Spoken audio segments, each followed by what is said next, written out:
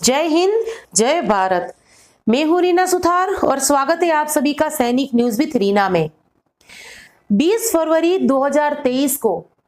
जब OROP 2 की विसंगतताओं को लेकर भारत के कुछ एक सैनिक संगठन और उसके साथ जो वेटरन्स जुड़े थे, उनके ये प्रयास से देखिए आज 2023 जब खत्म होने वाला है तो स्थिति ये बन गई है कि भारत के बहुत बड़े बड़े जो सैनिक संगठन हैं वो भी अब OROP 2 की विसंगतताओं को दूर करने के लिए एक साथ एक मंच पर आ रहे हैं। और इसी के साथ उन वेटरन्स की संख्या भी बड़ी है जो इस आंदोलन को समर्थन दे रहे हैं, जो OROP 2 की विसंगतताओं को दूर करने के लिए प्रयास कर रहे हैं। ऐसे आंदोलन में, भूख हड़ताल में, धरना प्रदर्शन में, ज्ञापन सौंपने में भाग ले रहे हैं और ये काफी खुशी की बात है। इसी के द्वारा देखिए ये उम्मीदें बढ़ती जा रही हैं कि OROP 2 की विसंगतताएं दूर होगी और हमें जरूर से जीत मिलेगी। आज देखिए हर वेटरन्स अपने स्तर पर प्रयास कर रहा है कि OROP 2 की विसंगतताएं दूर हो और इसी का नतीजा है कि देखिए जब हमारी बात केंद्र सरकार तक पहुंचेगी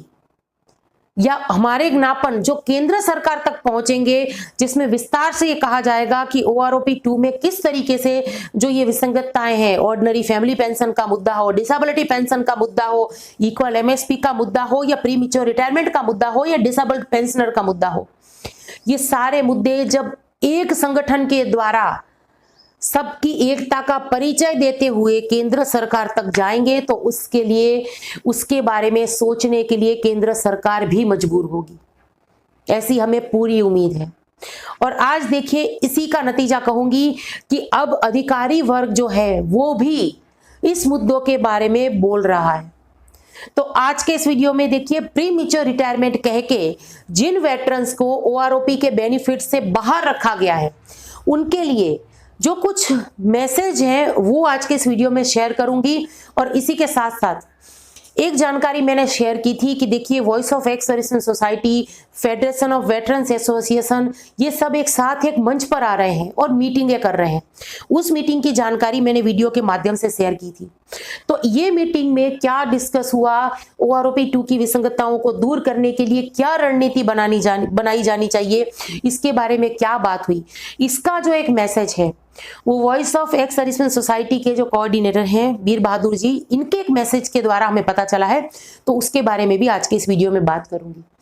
तो चलिए ज्यादा देर ना करते हुए आज के इस वीडियो को शुरू करती हूं और ये कुछ मैसेज हैं जो प्रीमेच्योर रिटायरमेंट वालों के लिए है, उसके बारे में बात करते हैं।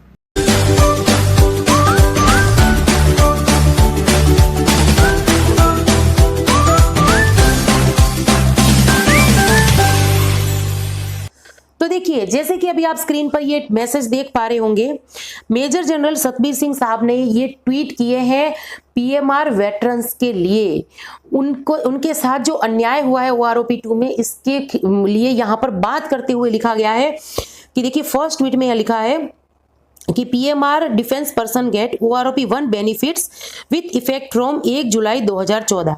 But denied benefits in OROP 2 with effect from 1 July 2019। Wide government of India letter dated 4 January 2023। This is nether fair not justify. यानी कि यहाँ पर कहा गया है कि ऐसे PMR वेटरन्स देखिए उनको OROP 1 का तो बेनिफिट दे रहे हैं, वो OROP 1 जो 1 जुलाई 2014 को आई थी उसका बेनिफिट मिल रहा है, लेकिन इसके बाद जो OROP आई 1 जुलाई 2019 को, यानी कि OROP 2, तो इसका बेनिफिट जो है वो PMR को क्यों नहीं दिया जा रहा है। और इस ट्वीट में देखिए गवर्नमेंट ऑफ इंडिया के 4 जनवरी 2023 को जो लेटर आया था और जिसमें PMR वेटरन्स को OROP 2 के बेनिफिट से बाहर रखा गया था, इसके बारे में बात करते हुए यहाँ पर कहा गया है कि ये किसी भी तरीके से उन वेटरन्स के साथ सही नहीं हो रहा है, ये चीज उचित नहीं है। आगे देखिए टोटल इन्होंने 3 ट्वीट किए हैं। सेकंड वाले ट्वीट में यहाँ पर लिखा हुआ है कि देखिए किस तरीके से जो है 7 नवंबर 2015 जो गवर्नमेंट ऑफ इंडिया का लेटर है उनमें किस तरीके से, यानी कि जो PMR वेटरन्स हैं उनको किस तरीके से उनके साथ ये भेदभावपूर्ण जो बर्ताव हो रहा है, उनको OROP के बेनिफिट से बाहर रखा गया है, इसके बारे में यहाँ पर बात करते हुए लिखा है कि ये उनके अधिकारों का भी हनन है। इसके बारे में यहाँ पर बात की गई है। और इसके बाद देखिए तीसरे ट्वीट में यहां रिक्वेस्ट की है कि आप जो ये पीएमआर वेटरन्स हैं इनको इनका हक दीजिए, यानी किसी भी तरीके से जो पीएमआर वेटरन्स हैं उनको ओआरओपी के बेनिफिट से बाहर नहीं रखना चाहिए। तो आज देखिए इसीलिए वीडियो के शुरू में मैंने कहा था कि अब देखिए कहीं ना कहीं जो अधिकारी वर्ग है वो भी,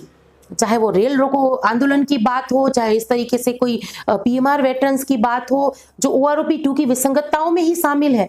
ऐसी चीजों में, ऐसे मुद्दों में आज ओआरएस और जेसीयूज का समर्थन इसलिए कर रहे हैं क्योंकि इन सभी को पता है कि आज जिस तरह से ओआरएस और जेसीयूज अपनी एकता का परिचय दे रहे हैं और आगे आके प्रयास कर रहे हैं इस स्थिति को सुधारने के लिए, कि उनके साथ जो अन्याय हुआ है उसको सही करने के लिए, तो इसी एकता का ये प्रभाव ही कहूंगी मैं इसको, कि आज सभी लोग हमारे समर्थन में आ रहे हैं। और देखिए इसीलिए सभी संगठन भी ये प्रयास कर रहे हैं कि आपसी मनमुटाव वगैरह सब कुछ भूल के एक मंच पर आए और एक साथ सरकार को ओआरओपी 2 की विसंगतताओं को दूर करने के लिए ज्ञापन पहुंचे। और ऐसा ही एक प्रयास voice of ex serviceman society हो, चाहे फेडरेशन ऑफ वेटरन्स एसोसिएशन हो, इन्होंने साथ आके किया है। अब इनमें देखिए इनमें मीटिंग का भी दौर है, इसके बारे में भी मैंने एक वीडियो में जानकारी दी थी कि किस तरीके से मीटिंग्स वगैरह की जा रही है, और ये भी शेयर हो रहा है कि इस मीटिंग में क्या डिस्कस हो रहा है। तो अब आगे इसके बारे में बात कर रही हूँ, एक मैसेज शेयर कर रही हूँ।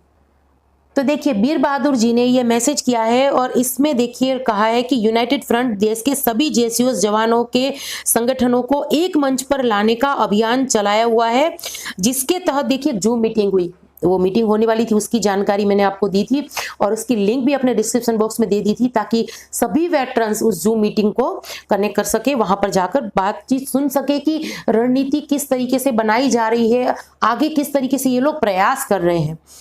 इसके बाद देखिए यहाँ पर कहा गया है कि हमने आज तक बहुत प्रयास किए, इनमें देखिए आपको पता है कि प्रधानमंत्री जी से मिलने की भी कोशिश की गई थी, लेकिन इसके बाद शहीद स्मारक तक ही उनको जाने दिया, वहां पर भी कुछ लोगों को ही जाने दे रहे थे, वेटरन्स को सभी को साथ नहीं जाने दे रहे थे। इस तरीके से जो भी प्रयास हुए उसके बारे में यहाँ पर लिखा हुआ है।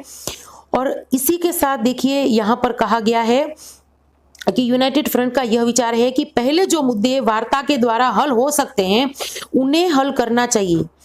अगर सरकार समझती है कि कुछ मुद्दे के लिए कमेटी बनाया जाना आवश्यक है तो ऐसे मुद्दे पर कमेटी का गठन होना चाहिए और उसमें पूर्व जवान जेसीयू का समुचित प्रतिनिधित्व हो। इनका चयन पूर्व सैनिक संगठनों की संस्तुति से किया जाए। यानी कि देखिए यहाँ पर ये बात कर रहे हैं कि ये नहीं कि हम सीधे कमेटी की मांग कर रहे हैं,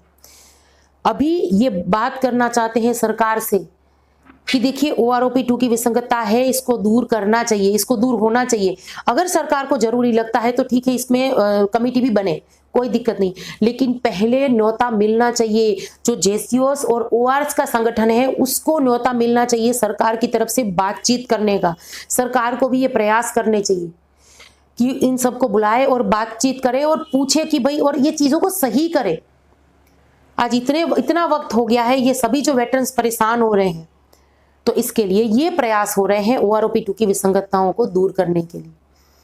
और देखिए हमें पूरी उम्मीद है कल भी यानी कि 2 दिसंबर को जो एक और मीटिंग है, और उस मीटिंग में भी यही बात होनी है कि किस तरीके से हमारी जो मांगे हैं उसको आगे सरकार तक पहुंचाया जाए।